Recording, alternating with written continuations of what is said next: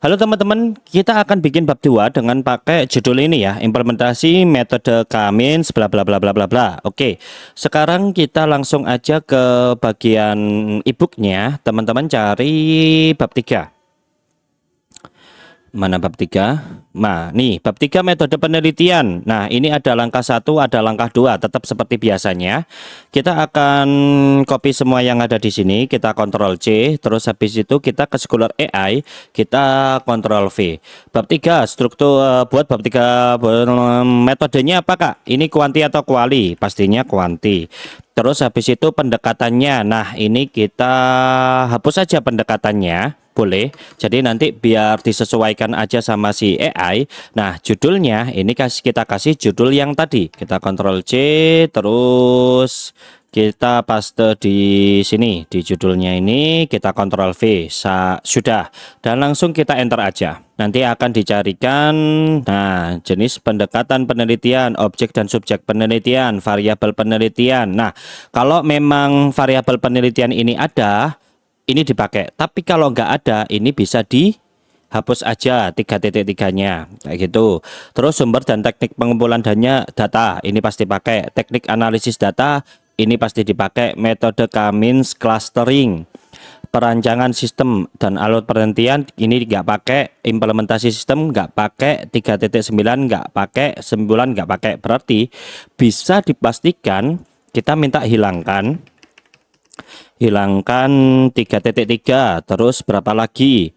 3.7 sampai 3.10 ya, dan 3.7 sampai 3.10. Nah, tapi di sini bisa dilihat ya, metode K-means clustering. Nah, sebenarnya ini itu masuknya di teknik analisis data kayak gitu.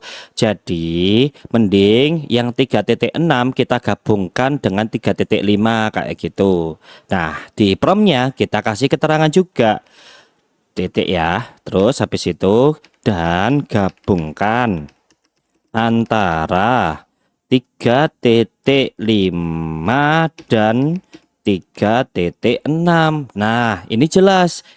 Ketika di enter, nanti langsung dibuatkan struktur yang sudah sesuai dengan keinginan kita. Tuh, jenis pendekatan penelitian, objek dan subjek, sumber dan teknik pengumpulan data, teknik analisis data, ya kan?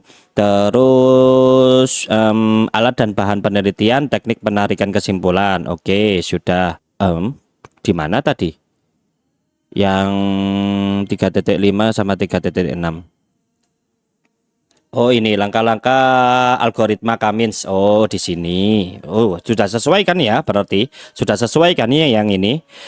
Berarti alat dan bahan penelitian kayaknya nggak usah sih ini. 3.5 sama 3.6 tetap kita hapus saja. Atau kita biarin gini aja boleh. Tapi paling enak dihapus saja sih.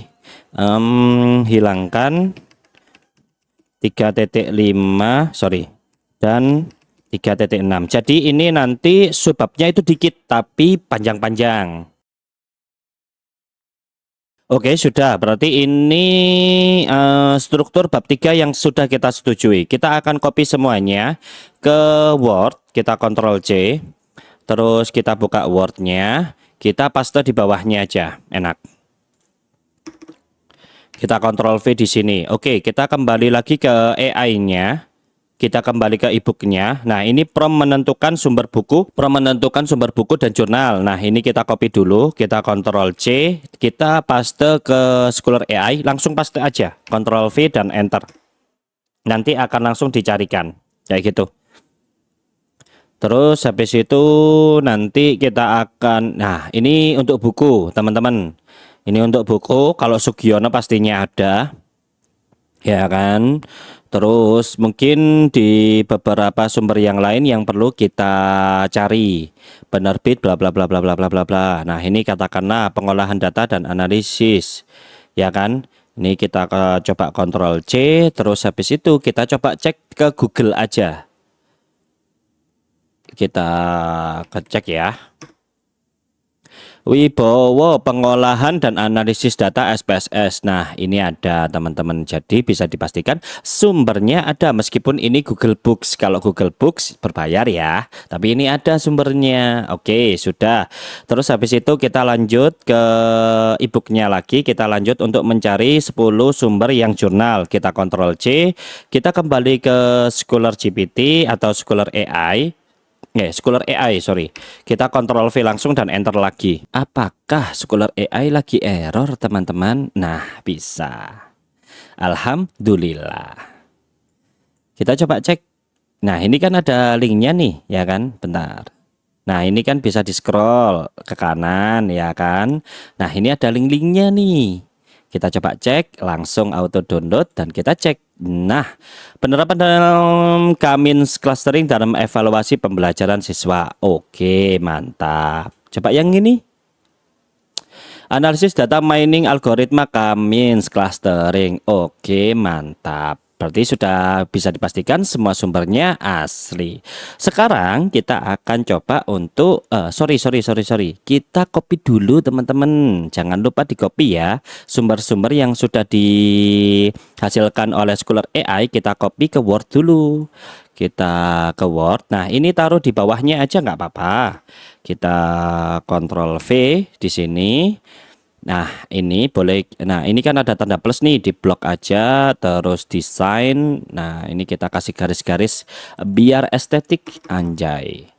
Terus kita copy lagi yang jurnal. Nah, ini yang jurnal kita copy, kita paste di Word lagi. Ya kan? Kita blok desain, kita kasih garis. Nah, sampun. Oke, sudah. Terus habis itu kita kembali ke e-booknya. Kita akan lanjut ke langkah kedua. Berikut prom untuk bab 3 metode bla bla bla bla bla. Nah, ini kita copy semuanya, Ctrl C. Terus habis itu kita paste ke ChatGPT-nya. Kita Ctrl V. Nah, ini ada judul penelitian. Kita copy dulu ya judul penelitiannya. Terus rumusan masalah. Nah, sebenarnya rumusan masalah ini penting banget di bab 3-nya harus dipaste. Tapi karena di sini aku nggak punya rumusan masalah kakaknya, ini aku hapus saja ya. Jadi nanti kalau nggak sesuai, tolong disesuaikan sendiri. Oke. Terus habis itu jenis penelitian. Ini kuantitatif kan, Kak? Kuanti gitu aja ya. Terus pendekatannya, nah karena ini aku nggak tahu pendekatan apa yang cocok, kita tulis sesuaikan, aman. Nah, terus lokasi dan waktu penelitian, ini di mana lokasinya dan waktunya kapan? Ini aku pakai ngawur aja ya, Januari 2026, ya kan? Di mana tadi? SMK Bintang Nusantara, SMK Bintang Nusantara. Karena ini aku nggak tahu ya tempatnya, nama jalannya. Kalau bisa ditambahkan nama jalannya juga biar enak. Oke, sudah. Nomor 1, 2, 3 sampai 5 sudah kita isi juga, ya kan? Terus habis itu langsung kita enter saja. Kayak gitu. Nah, ini langkah 1 penyajian struktur holistis bab 3. Nah, ini kita akan copy struktur yang sudah kita setujui tadi. Ini kita copy semuanya sampai 3.44 ini. Kita Ctrl C, terus kita ke ChatGPT, kita paste gini aja, langsung enter. Langkah kedua, penyajian sumber yang akan dipakai. Kita kembali lagi ke Word-nya. Kita copy semuanya yang ada di sini. Yang ada 2 tabel tadi, kita copy. Ya kan? Kita Ctrl C, kita kembali lagi ke Scholar AI-nya. Kita Ctrl V. Dan langsung kita enter. Sudah. Nanti langsung dibuatin bab 3-nya per subbab seperti itu. Nah, jenis dan pendekatan penelitian sudah mulai ditulis. Nanti tinggal kita lanjut aja. Kayak gitu. Nah, kan ini kan langsung dibuatin semuanya nih, ya kan? Ini kita bisa minta revisi teman-teman. Tolong jawab per subbab. Per subbabnya mau berapa paragraf? Itu bisa kayak gitu. Nih, ini kan, nah dia mulai nggak jelas nih, ya kan? Dibuatin semuanya. Padahal kan aku nggak butuh kayak gini. Aku butuhnya itu yang detail kayak gitu. Kita biarin aja, biar dia yeping dulu. Nanti kita revisi lagi. Anggap aja kita dosen, terus habis itu si AI ini mahasiswa kita. Jadi biarin dia yeping dulu, terus habis itu nanti revisi semuanya bab 3. Nah, gitu kan biasanya kalau dosen-dosen. Oke, kita akan revisi. Revisi. Biarin caps lock biar kayak marah-marah. Revisi muat per subbab, ya kan? Dan buat per subbabnya lebih detail. Lanjut jika saya setujui. Tapi kalau teman-teman sudah dijawab per subbab, nggak usah dikasih kayak gini. Nanti tinggal lanjut aja. Jadi kalau dijawab semuanya, kasih prompt seperti ini, ya kan. Tapi kalau dijawabnya itu per subbab, nggak usah dikasih. Tinggal baca terus lanjut atau enggak, kayak gitu ya. Oke, kita akan mulai revisi 3.1 ya. Nah, ini kita Ctrl C. Kita Ctrl V, Enter. Tinggal kita sesuaikan aja apa yang arahkan sama si Scholar AI. Nah, ini jenis penelitian dan pendekatan penelitian. Nah, ini lebih detail ya kan? Beda sama tadi. Sumbernya ada. Terus habis itu tinggal kita tulis lanjut. Nih, saya lanjut ke subbab 3.21 atau bagaimana? Kita tulis lanjut ya, lanjut. Nah, cuma gitu-gitu doang nanti. Nah, nanti per subbabnya kalau ada yang mau direvisi, itu revisi aja. Contoh objek penelitiannya. Kalau katakanlah ada yang mau direvisi, itu bisa nanti ditulis di sini kayak revisi. Nah, tapi ini menurutku sudah oke sih. Revisinya apa? Terak, enter kayak gitu. Oke. Bentar, ini aku baca dulu. Pola belajar siswa sebagai objek penelitian, bla bla bla bla bla. Pola belajar ya kan? Berarti kita bisa lanjut aja dulu. Lanjut. Nah, ini kan lebih enak nih. Objeknya itu ternyata adalah pola belajar siswa, sedangkan subjeknya adalah siswa SMK Bintang Nusantara. Nah, jelas kan sudah. Terus kita lanjut aja. 331, kita tulis lanjut. Nah, seperti ini. Ini lanjut terus saja ya sampai selesai ya. Nah, nanti kalau di sini mungkin karena ini kan nggak perlu ada yang namanya populasi, sampel dan lain sebagainya ya. Nah, ini katakanlah ada subbab populasi dan sampel. Ya, itu bisa ditambahkan teman-teman. Nih, bentar. Teknik pengumpulan data. Nah, ini kita lanjut dulu ya. Habis ini kita akan buat subbab populasi dan sampel. Nanti aku jelasin. Terus habis itu, nah ini setuju saya lanjut ke subbab. Nah, ini kita langsung revisi buat subbab berarti 3.4 ya, 3.4 populasi dan sampel. Nah, itu bisa. Nah, katakanlah pertengahan teman-teman itu kayak kelupaan. Oh iya, subbab populasi sampelnya mana? Kayak gitu kan. Nah, ini kita langsung, nah enter aja. Nggak apa-apa. Tuh. Nah, populasinya. Nah, gini teman-teman. Untuk populasi dan sampel ini aku biarin dulu ya. Kita ngobrol dulu. Untuk populasi itu penjelasannya jadi gini. Populasi adalah keseluruhan dari jumlah atau subjek penelitian kamu. Jumlah keseluruhannya itu berapa? Contoh, siswa